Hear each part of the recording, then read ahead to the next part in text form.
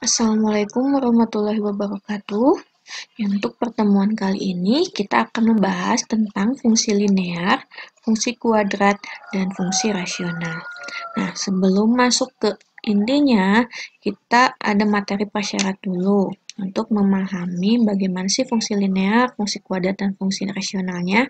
Ya, kita akan bahas dulu tentang relasi dan fungsinya.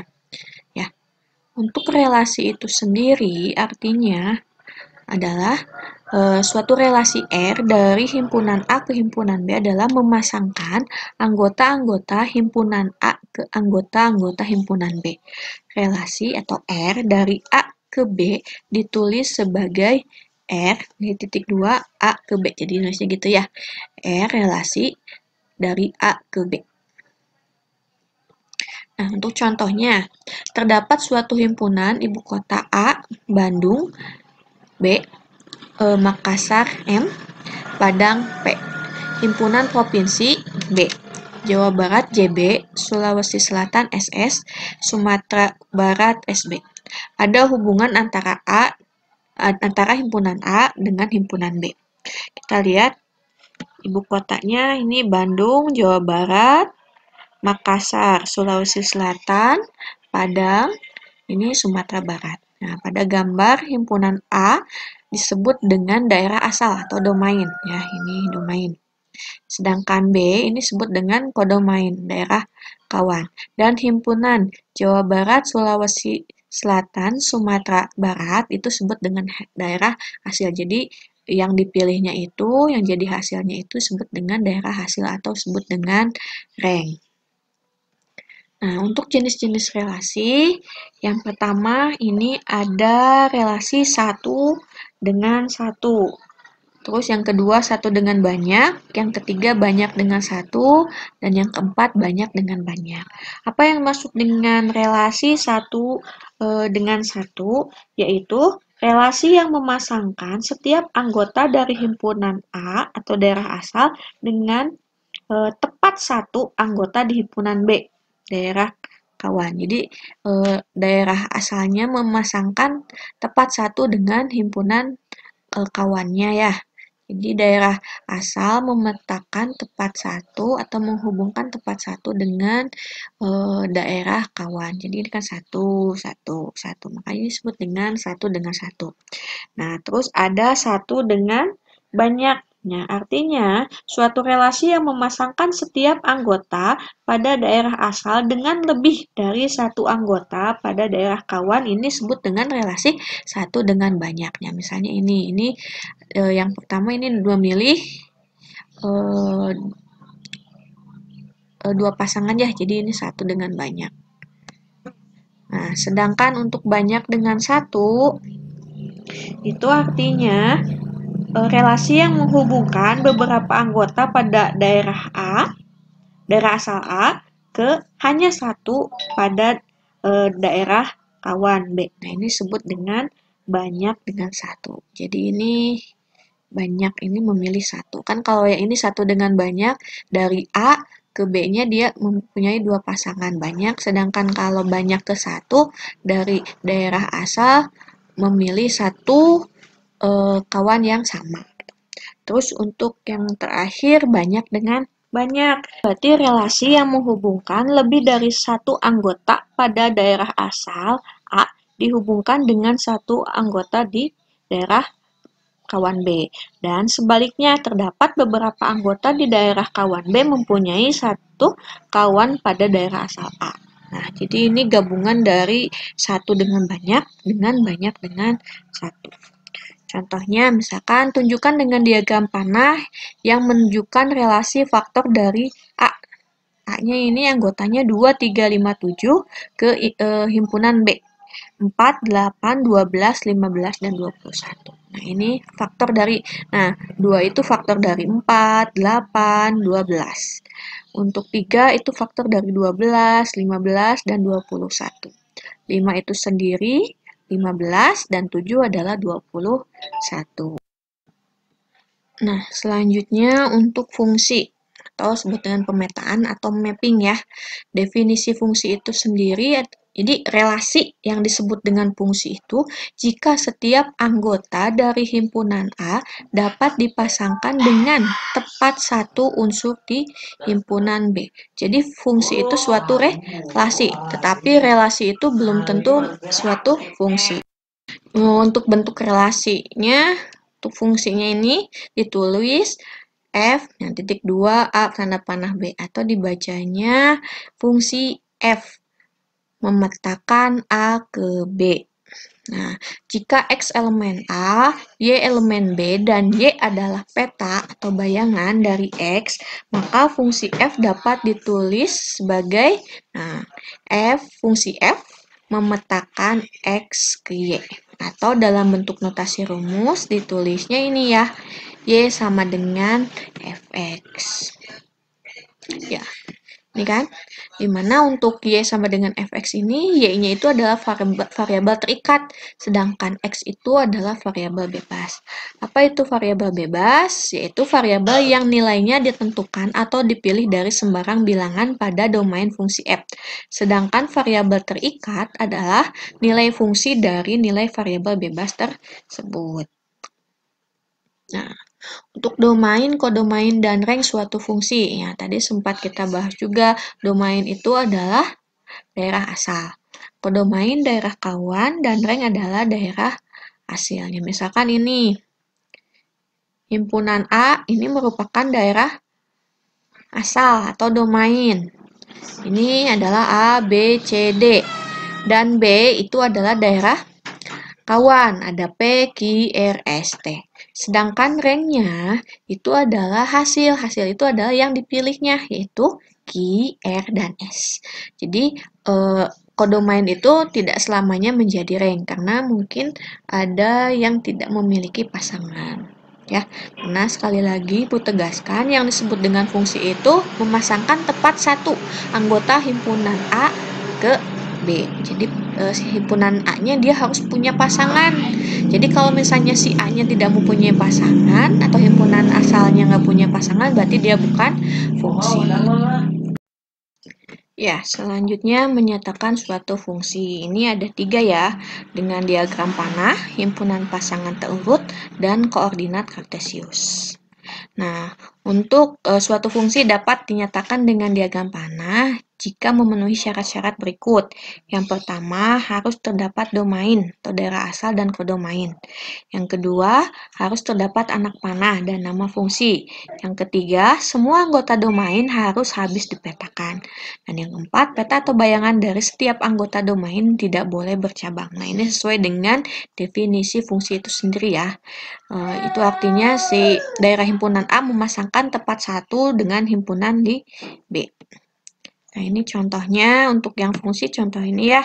Jadi ini A ke B nih. Dia mempunyai memasangkan tepat satu walaupun si B-nya ini tidak mempunyai pasangan. Atau yang ini tetap ya yang jadi patokan yang A. Ya, yang A itu dia harus mempunyai satu pasangan saja dan harus mempunyai, gak boleh tidak mempunyai pasangan. Nah, ini yang bawahnya yang tidak bukan fungsi. Nah, ini kan si A-nya dia bercabang. Gak boleh, tidak sesuai dengan definisi. Contoh yang selanjutnya, si A-nya ada yang gak punya pasangan. Dan yang contoh yang ketiga juga sama. Si A-nya ada yang tidak mempunyai pasangan dan mempunyai lebih dari satu pasangan. Nah, itu tidak sesuai dengan definisi fungsi. Nah, selanjutnya ini dengan menggunakan himpunan pasangan terurut. Sebenarnya syaratnya sama aja sih. Jadi yang penting si himpunan A-nya memetakan mempunyai satu pasangan di B gitu ya. Jadi di domainnya harus habis dipetakan, terus yang A-nya juga harus mempunyai satu atau bayangan satu peta atau bayangan di domain. Ya. Misalkan nih di setiap himpunan pasangan terurut di bawah ini menunjukkan relasi A ke B. Di antara relasi tersebut, manakah yang merupakan fungsi F memetakan A ke B? Ya, jadi ini ada 2,1, 2,2, 2,3, 2, negatif 3, 3, negatif 2. Nah, sesuai dengan definisi fungsi sendiri, si A-nya harus memetakan tepat satu. Ya, Ini duanya ada berapa kali disebut, berarti ini jelas bukan fungsi. Terus yang kedua, negatif 2,1, negatif 3,1, 4,1, 5,1, 7,1. Ya, di sini si A-nya beda-beda dan B-nya sama. Nah, ini nggak masalah kalau B-nya dia dipasangkan dengan banyak lebih pasangan di H. Yang jelas untuk fungsi itu sendiri kita lebih fokuskan ke yang A-nya. Jadi A-nya harus memetakan tepat satu ke B. Ya, jadi yang B itu fungsi. Karena semua anggota domain habis dipetakan dan hanya mempunyai satu peta di kodomain. Terus yang C ini 1,2, 2,3, 3,4, 4,5. Ini jelas ya. Si domainnya 1, 2, 3, 4 ini beda semua. Ya, nggak ada yang double. Nah, selanjutnya ini dengan koordinat kartesius. Nah, sama sih syaratnya ya. Anggota A harus habis dipetakan dan semua A hanya mempunyai satu peta di B. Nah, kita lihat manakah dari gambar bawah ini yang merupakan fungsi Y sama dengan fx. Nah, untuk kalau koordinat kartesius ini kita bisa lihat, nah yang pertama, ini bukan fungsi ya. Ketika kita menarik garis di ini, nah dia mempunyai dua titik potong di kurva yang sejajar dengan sumbu Y ya. Jadi ketika kita tarik garis sejajar sumbu Y dan ternyata mendapatkan dua titik potong atau lebih di kurva, ini berarti dia bukan fungsi. Nah, sedangkan untuk yang gambar yang B, ketika kita tarik garis sejajar dengan sumbu Y, dia hanya mempunyai satu titik potong. Berarti ini merupakan fungsi. Selanjutnya untuk yang C, ya jelas ini bukan fungsi karena dia banyak sekali potongannya ya. Dan yang D juga ini enggak ya. Nah, karena dia memetakan punya satu koordinat titik potong dengan sumbu X. Jadi dia merupakan fungsi. Selanjutnya untuk sifat-sifat fungsi dibagi menjadi 4. Ada fungsi into, fungsi surjektif, fungsi injektif, dan fungsi bijektif. Apa itu fungsi into?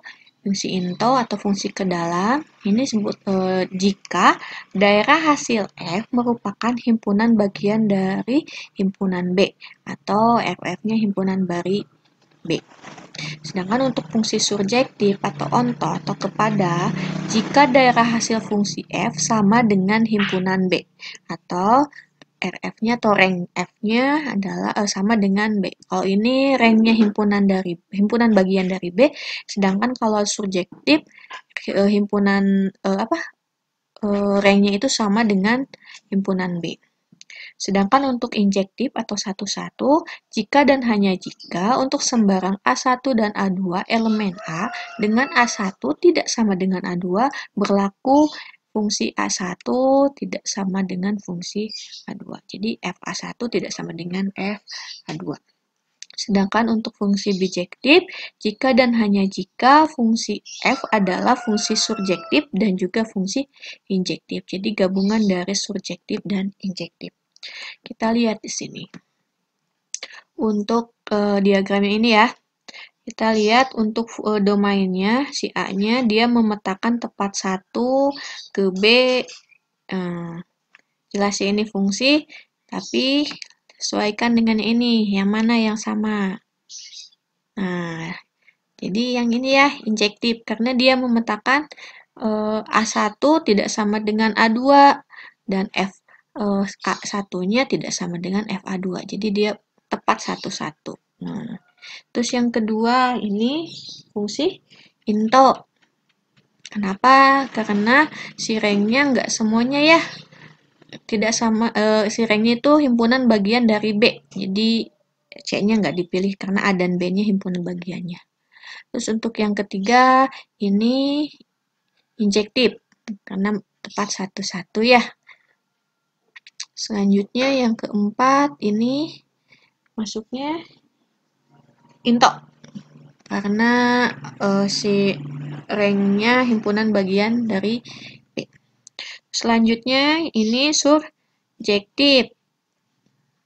Ya, karena dengan sesuai definisinya tuh si ranknya itu sama dengan B. Jadi semua si B-nya dipilih semua. Nah, kalau yang kedua ini injektif karena satu-satu gitu ya. Terus yang ini subjektif juga karena A dan B-nya ranknya sama dengan himpunan B. Nah, yang keempat ini subjektif tapi dia juga injektif, memasangkan tepat satu-satu gitu ya. Jadi ini bijektif, dia subjektif dan injektif. Nah, selanjutnya untuk jenis-jenis fungsi, yang pertama adalah fungsi konstan, yaitu suatu fungsi f yang dinyatakan dengan rumus fx sama dengan a, dengan a suatu konstanta. Nah, contohnya kayak gini ya, fx-nya sama dengan 5. Nah, berapapun nilai x-nya, pasti fx-nya 5. Dia akan membuat suatu garis lurus yang sejajar sumbu x. Nah, ini disebut dengan fungsi konstan. Yang kedua, fungsi identitas. Fungsi identitas adalah suatu fungsi i yang dinyatakan dengan rumus ix sama dengan x. Jadi dia sama ya. Misalnya 0,0, 1,1, 2,2, 3,3, dan seterusnya. Itu fungsi identitas. Lalu untuk fungsi linear adalah fungsi f yang dinyatakan dengan rumus fx sama dengan ax tambah b, dengan a dan b merupakan konstanta dan a tidak sama dengan 0. Jadi dia pangkatnya 1 ya. Derajat 1. Terus grafiknya ini ya macam-macam. Terus untuk yang fungsi kuadrat, ini bentuk umumnya fx sama dengan ax kuadrat tambah bx tambah c. Dengan a, b, dan c-nya bilangan real, serta a-nya tidak boleh sama dengan 0. Lalu ada fungsi modulus atau nilai mutlak. Ini waktu pertemuan yang pertama ya. Jadi dia tidak mempunyai nilai yang negatif. Ya. Jadi gambarnya seperti ini. Nah, terus fungsi bilangan bulat terbesar. Ya. Notasinya kayak kurung gini, double gini ya. Fx sama dengan fungsi bilangan bulat terbesar untuk x, dengan x elemen bilangan real. Ya, definisinya ketika bilangan bulat terbesar x itu sama dengan k, maka x-nya itu lebih besar sama dengan k, lebih kecil dari k tambah 1, dengan k adalah bilangan bulat, di mana domain f-nya elemen bilangan real dan rank fungsinya itu elemen bilangan himpunan bilangan bulat. Nah, kayak gini. Ya, jadi gambarnya itu dia membentuk tangga, makanya ini disebut dengan fungsi tangga. Nah, lalu ada fungsi genap dan fungsi ganjil. Fungsi genap ya, ini disebut suatu fungsi atau relasi dikatakan fungsi genap jika fungsi itu simetris terhadap sumbu y. Itu artinya x-nya sama dengan 0. Dalam notasi matematis ditulis fx itu sama dengan f negatif x untuk semua x bilangan real dalam domain F. Sedangkan untuk ganjil, sebuah fungsi dikatakan fungsi ganjil jika fungsi itu simetris terhadap titik O 0,0. Kalau ini terhadap sumbu Y, kalau ini terhadap pusatnya ya 0,0. Dalam notasi matematis, jadi f negatif x itu sama dengan negatif fx. Nah, jadi kalau genap itu fx-nya sama dengan f negatif x, kalau definisi untuk fungsi ganjil itu f negatif x sama dengan negatif fx. Untuk contohnya, ini ada fx sama dengan x kuadrat. Ini merupakan fungsi genap. Karena ketika kita substitusikan si x-nya ini dengan negatif x, hasilnya dia tetap x kuadrat. Ya, jadi fx-nya sama dengan f negatif x. Sedangkan untuk yang kedua, ini juga sama, merupakan fungsi genap. Ya, kita untuk fx sama dengan mutlak dari x. Kita substitusikan x-nya dengan negatif x, hasilnya dia tetap x. Berarti f negatif x sama dengan fx. Nah, lihat dari grafiknya, lihat. Dia simetris untuk sumbu y. Ini juga sama ya. Sedangkan untuk yang ganjil, fx sama dengan x pangkat 3. Ketika kita substitusikan si x-nya dengan negatif x, ini hasilnya negatif x pangkat 3. Jadi, f negatif X itu sama dengan negatif Fx. Kan Fx-nya ini X pangkat 3. Dinegatifkan jadi negatif negatif X pangkat 3. Nah, nilai F negatif X-nya itu negatif X pangkat 3. Ini sama. Dan ini dia simetris di 0,0. Nah, ini juga sama ya. Untuk Fx sama dengan 1 per X. Ini hasilnya F negatif X sama dengan negatif Fx. Karena ini hasilnya negatif 1 per X. Ketika ini dinegatifkan juga kan jadi negatif 1 per X. Ya, ini gambarnya. Nah, ada juga yang tidak ganjil, tidak genap. Contohnya ini, Fx-nya X pangkat 3 ditambah X kuadrat. Ketika kita cari F-nya negatif X, ini didapatnya negatif X pangkat 3, negatif X pangkat 3 tambah X kuadrat. Ini ya, dikuadratkan. Ini hasilnya negatif dari X pangkat 3 dikurangi X pangkat 2. Dan ini tidak sama dengan ya. Jadi ini fungsinya dia bukan ganjil dan dia bukan genap. Nah, kita masuk ke materi pokoknya, yaitu fungsi linear, fungsi kuadrat, dan fungsi rasional. Untuk fungsi linear sebenarnya udah kita bahas sering ya. Bentuk umumnya mx tambah n. Untuk bentuk fungsinya, untuk bentuk persamaannya y. Ya, nah kan kita tahu untuk fungsi itu y sama dengan fx, jadi sama saja. Dimana untuk gambar atau grafiknya, dia garis lurus, mempunyai karakteristik di mana ini ada M. M-nya itu adalah kemiringan. Terus ada titik potong sumbu Y, di mana titik potong sumbu Y-nya itu adalah 0,n. Sedangkan titik potong terhadap sumbu X-nya itu yaitu negatif n per m, 0. Nah, untuk menggambar grafik fungsi Y sama dengan fx sama dengan mx tambah n, langkah yang pertama, tentukan titik potong sumbu X, sumbu Y, tentukan titik potong sumbu X, atau kebalik pun nggak masalah ya. Selanjutnya, hubungkan kedua titik potong yang diperoleh dari langkah pertama. Misalkan ini, gambarkan sketsa grafik untuk fungsi linear fx sama dengan 2x kurang 4. Nah, berarti kan kita cari dulu titik potong terhadap tipot sumbu Y misalkan. Nah, itu artinya kan X-nya sama dengan 0. Jadi, Y-nya sama dengan negatif 4. Ya, nah sesuai yang tadi yang ini. Nah, 0,n. Berarti N-nya ini ya, konstantanya. Ini bentuknya udah ini. Berarti N-nya ini negatif 4. Jadi, koordinatnya 0, negatif 4. Untuk titik potong. Titik potong tipot sumbu ya, ini tipot sumbu X, itu artinya Y-nya yang 0 ya. Itu kan tadi nilainya negatif N per M, berarti negatif 4, negatif 4 per 2, jadi 4 per 2. Per 2 berapa? 2. Jadi ini koordinatnya 2,0. Atau kita gunakan tabel yang biasa kita kerjakan ya, yang ini. XY. Ketika X-nya 0, Y-nya 0 berapa? Ketika X-nya 0, kita tutup X-nya 0. Ini kan kita ubah jadi Y sama dengan 2X kurang 4 ya.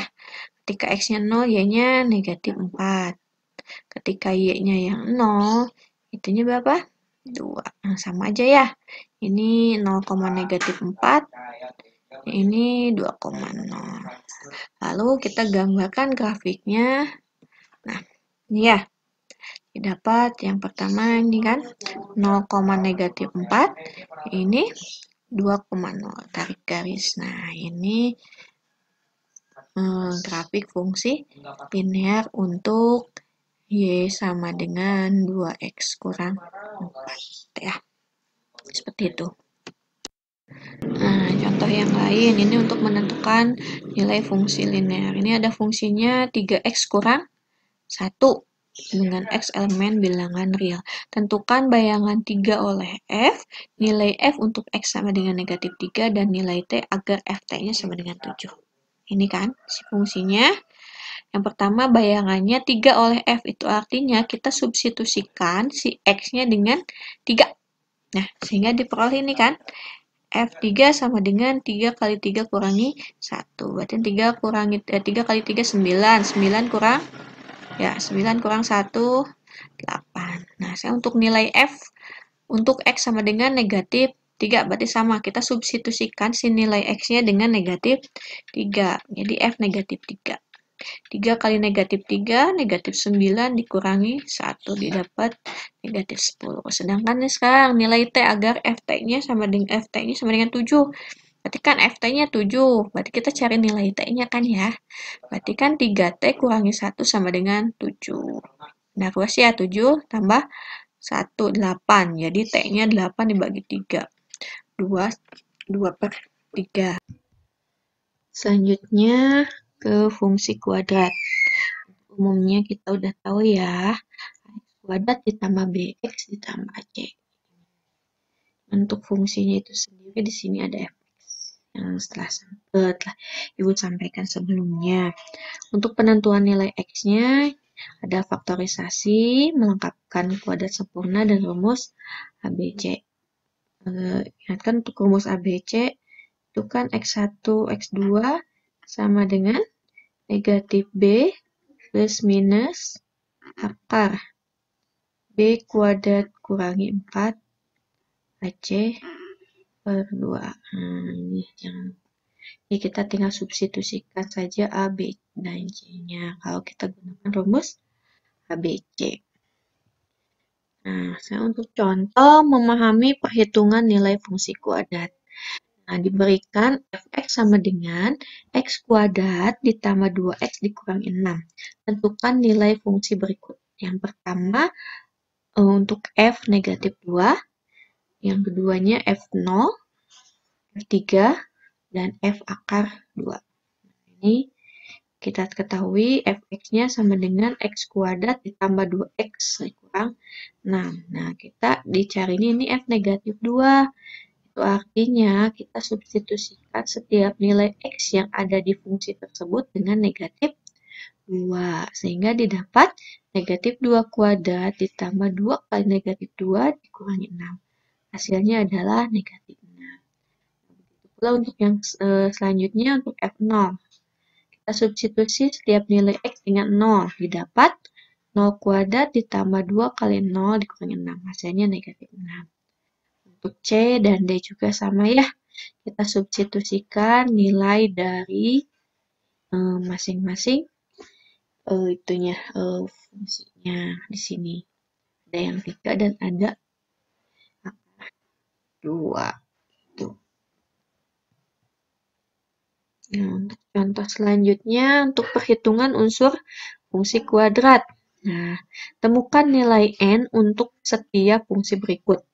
Fx sama dengan x kuadrat ditambah nx dikurang 3. Untuk f2 sama dengan 5. Ya, untuk yang pertama dulu kita coba di sini kan fx sama dengan x kuadrat ditambah nx dikurangi 3. Ini sama dan f2-nya itu sama dengan 5. Jadi kita punya unsur ini ya yang sudah diketahui. 2-nya sama dengan 5. Nah, berarti kita substitusikan setiap nilai x dengan 2. Sehingga didapat 2 kuadrat ditambah 2n. Karena n ini kita yang cari ya. Terus dikurang 3 ini sama dengan 5. Di 4 ditambah 2n kurangi 3 sama dengan 5.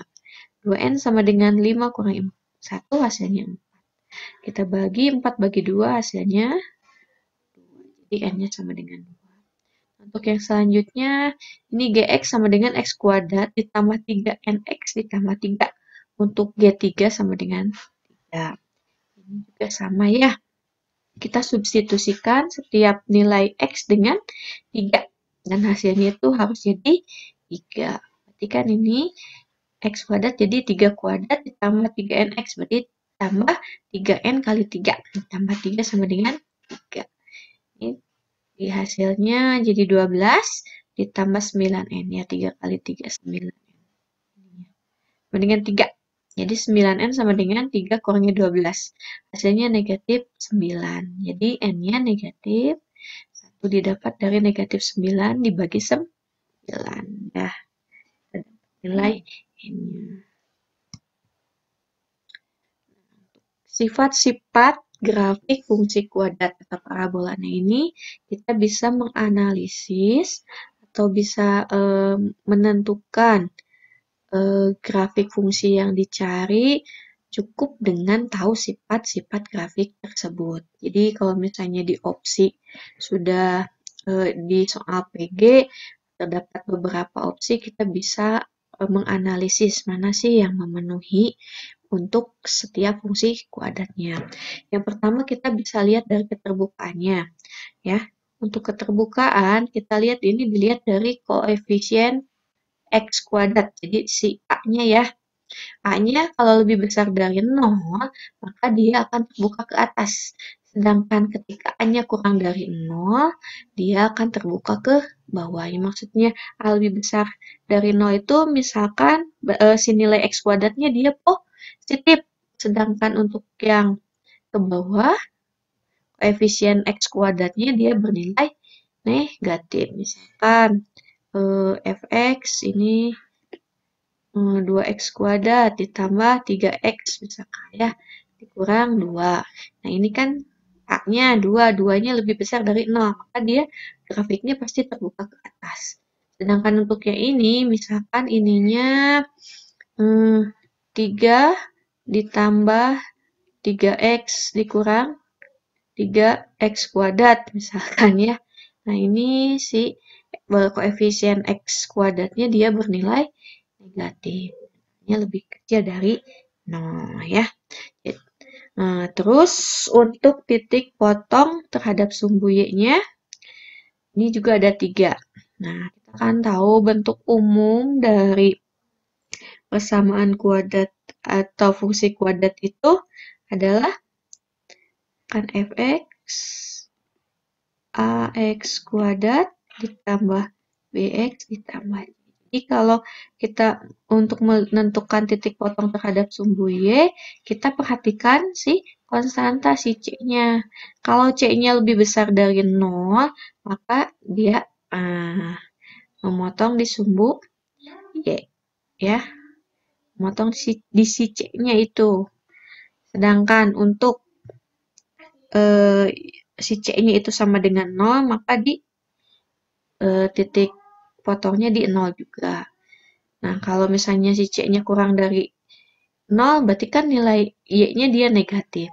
Nah, berarti dia ada di bawah ya. Misalnya untuk yang ini, fx sama dengan x kuadrat ditambah 2x tambah 3. Berarti kan si c-nya 3, lebih besar dari 0, maka dia titik potongnya di sebelah sini kurang lebih.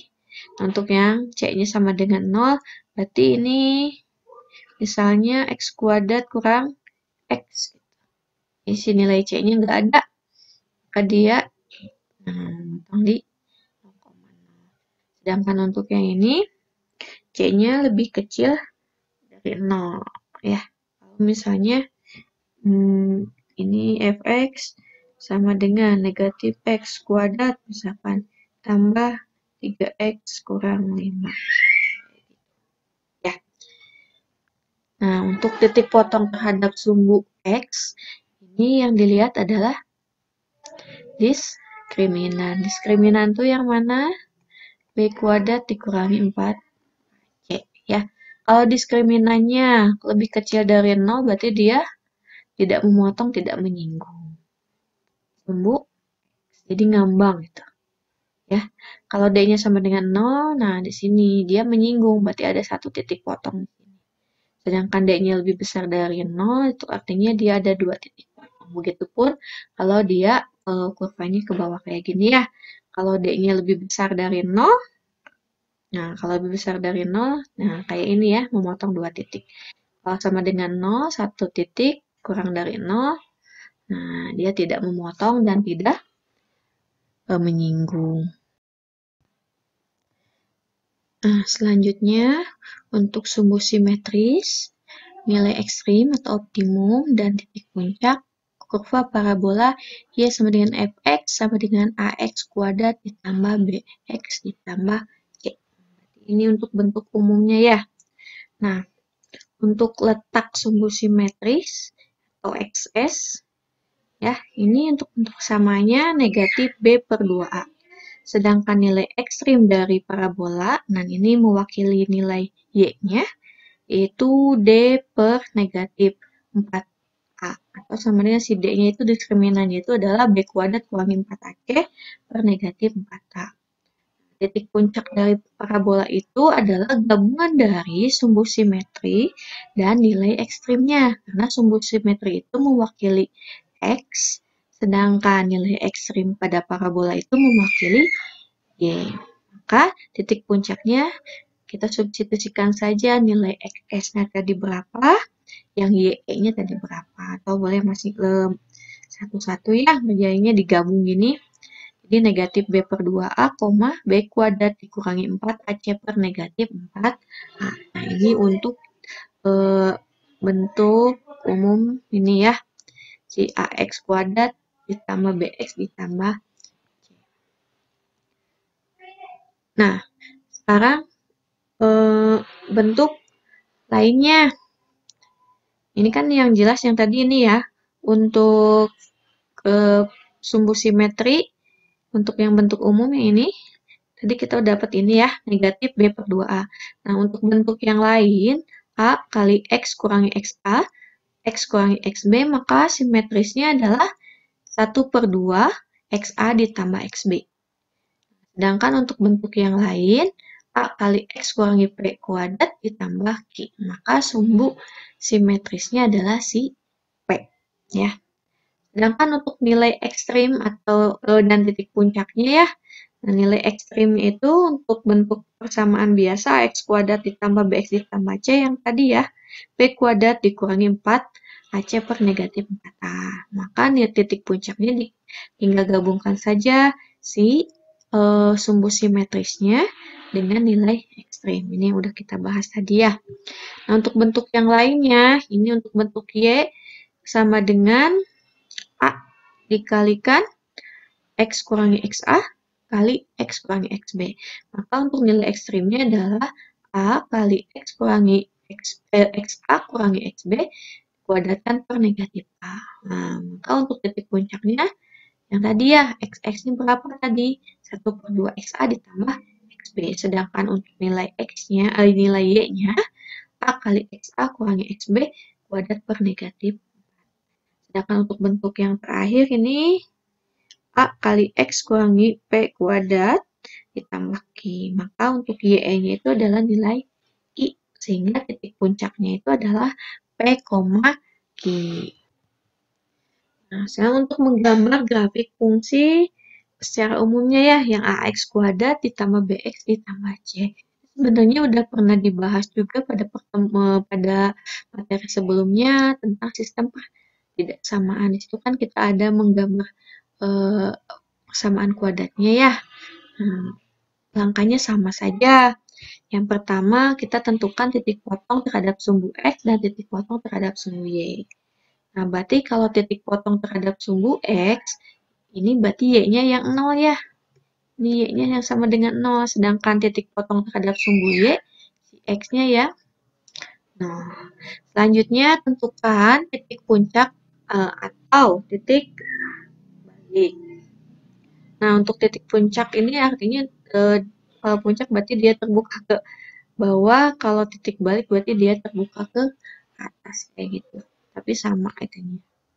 Nah, selanjutnya hubungkan titik-titik diperoleh dari langkah 1 dan kedua. Nah, untuk langkah kedua ini yang tadi ya, kita cari sumbu simetris, kita cari nilai optimum untuk mendapatkan titik puncak atau titik balik. Udah gitu, tinggal disambungkan titik-titiknya. Kalau misalnya terlalu jauh, kalian boleh ambil sembarang titik, selanjutnya disubstitusikan ke fungsinya. Sehingga kita akan dapat koordinat titik untuk membantu kita dalam menghubungkan titik-titik yang kita sudah dapatkan sebelumnya. Ada beberapa kemungkinan grafik fungsi kuadrat Y sama dengan AX kuadrat ditambah BX ditambah C. Nah, ini untuk analisis. Kita bisa menganalisis atau memprediksi gambar mana yang memenuhi suatu fungsi kuadrat. Nah, ini yang pertama. Bentuknya kayak gini ya. Nah, yang pertama untuk A-nya lebih besar dari 0, B-nya lebih kecil dari 0, C-nya lebih kecil dari 0, dan diskriminannya lebih besar dari 0. Untuk yang kedua, yang ini minimum ya, karena dia di bawah. Nah, kalau yang terbuka ke bawah, dia ini maksimum. Ini syarat-syaratnya. Kalian bisa menganalisis sendiri. Nanti kalau misalnya ada permasalahan, tidak perlu terlalu banyak menghitung atau menggambarkan secara bertahap gitu. Dengan tahu menganalisis kemungkinan-kemungkinan ini, kita tidak perlu terlalu banyak untuk menghitung. Nah, ini untuk menyusun persamaan grafik fungsi kuadrat. Ini juga sempat dibahas pada bab sebelumnya ya. Ini jika ketiga titiknya diketahui, maka kita menggunakan bentuk persamaan ini. Terus ini untuk titik tertentu dan diketahui puncaknya, maka kita gunakan yang A kali X kurangi XX pangkat 2 ditambahkan Y. Sedangkan jika diketahui memotong sumbu X di titik beraksis X sama dengan X1 dan X sama dengan X2 dan dilalui sebuah titik tertentu, di sana XA, YK, maka kita bisa gunakan yang ini. Ya. Nah, ini untuk contohnya ya. Nah, ini kalau misalnya si ketiga titik yang diketahuinya, berarti kita gunakan bentuk yang pertama. Ya, ini kan A-nya 1,11. Kita substitusikan si nilai X-nya 1, Y-nya 11, bentuk persamaan umumnya. Terus yang B-nya, yang titik B 0,6. Berarti X-nya diganti dengan 0, Y-nya diganti dengan 6. Dan begitupun yang C, X-nya diganti dengan negatif 2 dan Y-nya diganti dengan 2. Sehingga kita peroleh ini, kita gunakan eliminasi substitusi. Nah, selanjutnya penerapan fungsi kuadrat. Nah, ini contohnya ya, penerapan di bidang matematika. Hitunglah luas maksimum sebuah persegi panjang yang kelilingnya 144 cm. Ini ada persegi panjangnya ya, X, X, Y, Y. Nah, ini kelilingnya kan kita tahu untuk keliling persegi panjang itu adalah 2 kali panjang tambah lebar. Ini juga sama ya, kita udah tahu kelilingnya yaitu 140. Kita cari X dan Y-nya. Jadi 144 sama dengan 2 kali X tambah Y. Sehingga kita punya persamaan X tambah Y sama dengan 72. Y sama dengan 72 dikurangi X. Lalu luas persegi panjang adalah panjang kali lebar. Berarti di sini X dikalikan Y. Jadi X dikalikan, nah Y-nya kita udah punya. 72 kurangi X. Kita substitusikan ke sini sehingga didapat L-nya itu adalah 72X dikurangi X kuadrat. Nah, L maksimal itu artinya kan yang tadi ya nilai titik balik atau titik puncak. Berarti si nilai Y. Nilai Y untuk bentuk persamaan kuadrat secara umum itu adalah B kuadrat dikurangi 4AC per negatif 4. Nah, kita substitusikan. Ini B-nya berapa? 72. Nah, ini kan dari sini ya, ini kan bentuknya boleh kita ubah. Jadi kan Y sama dengan negatif X kuadrat ditambah 72X tambah 0 kan. Substitusi ke sini, jadi B-nya kan 72. Kuadrat kurangi 4, A-nya negatif 1, C-nya 0. Per negatif 4 kali negatif. Karena ini 4 kali negatif 1 kali 0, 0, jadi tinggal 72 kuadrat. 72 kuadrat, 72 kali 72 per 4. Jadi 72 dikali 18. Hasilnya adalah 1296 cm persegi. Sehingga luas maksimum persegi panjang tersebut adalah 1296. Nah, selanjutnya kita masuk ke fungsi rasional. Fungsi rasional itu, kita tahu rasional itu artinya bentuknya pecahan ya. Bentuk umum dari fungsi rasional itu adalah fx sama dengan gx per hx ya. Jadi dia bentuknya pecahan.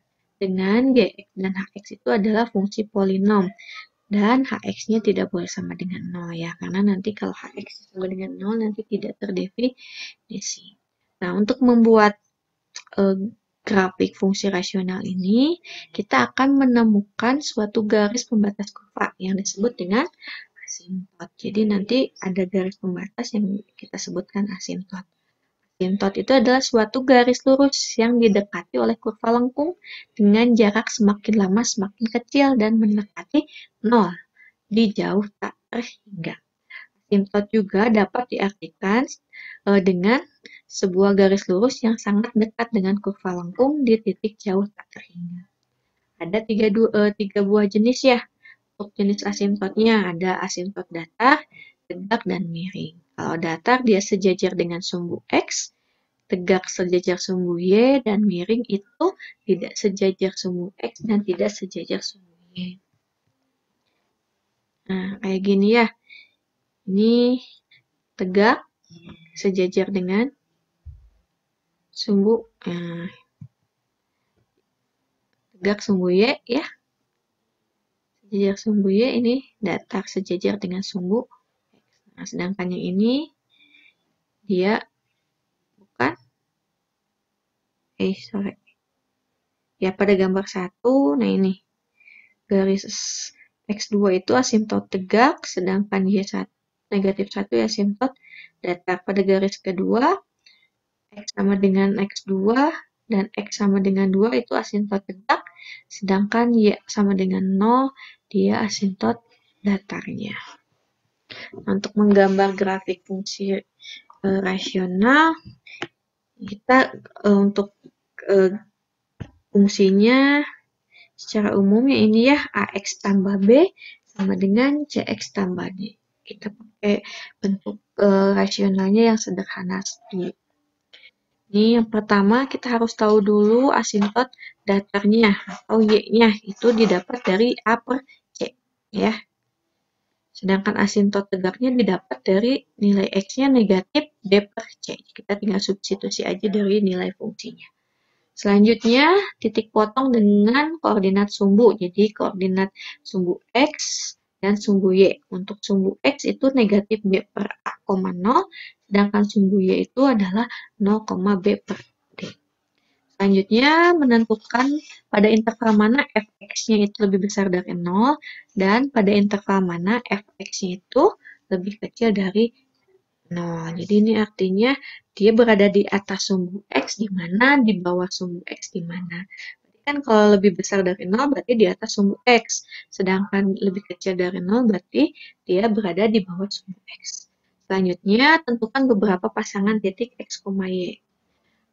Ya, jadi ini untuk titik bantu saja. Sebagai contohnya, nah, gambarkan sketsa grafik fungsi rasional Y sama dengan fx sama dengan 2x ditambah 3 per x kurang 1.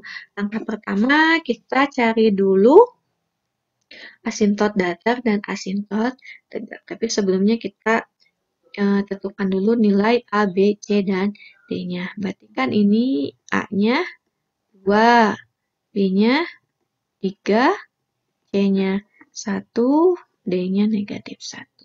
Yuk, berarti kita cari dulu asimtot datar ya. Asimtot datar berarti Y-nya ya. Nah, ini kan rumusnya A per C. Nah, jadi didapat A-nya 2, C-nya 1. 2 per 1, A-nya 2. Terus asimtot tegaknya. Berarti ini X. Asimtot tegak itu adalah negatif B per C. Berarti negatif 1 per C-nya 1.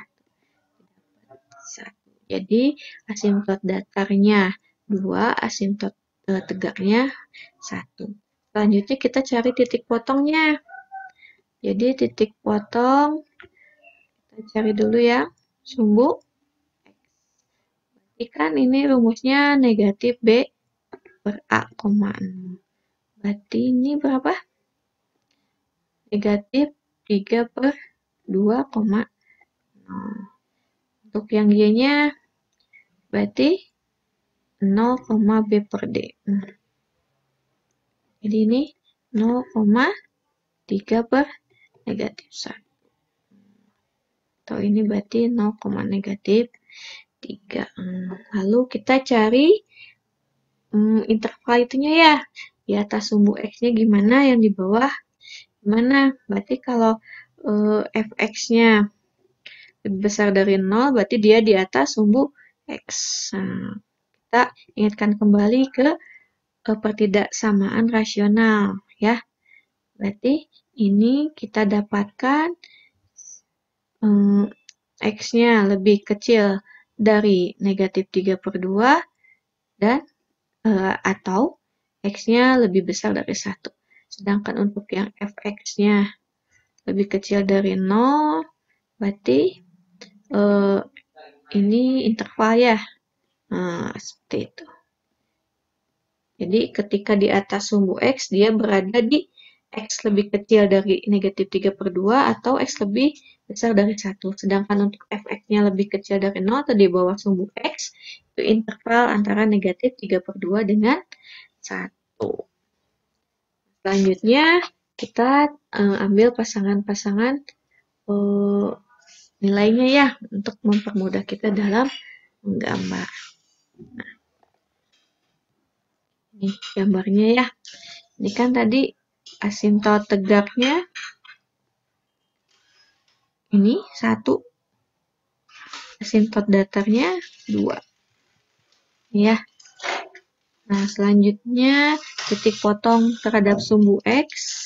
Berarti ini ya. Nah, ini 1,5, negatif 1,5. Sedangkan titik potong terhadap sumbu Y-nya itu adalah negatif 3. Nah, di sini ya. Lalu ada intervalnya. Yang tadi fx-nya lebih besar dari lebih kecil dari negatif 3 per 2 berarti di atas kan. Lalu yang lebih besar dari lagi lebih besar dari 1 di sini. Nah, di sini kan lebih besar dari 1, dia di atas.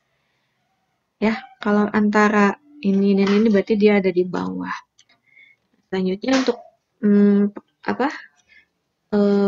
titik-titik itunya boleh kalian ambil sembarang saja untuk membantu menggambarnya. Ini akan lebih sempurna, lebih halus ya, seperti itu. Oke, baik, segitu saja untuk materi ini. Kurang lebihnya boleh kita tanyakan langsung di sesi tanya jawab di WA Group atau di Google Classroom-nya. Sekian, terima kasih, semoga paham. Assalamualaikum warahmatullahi wabarakatuh.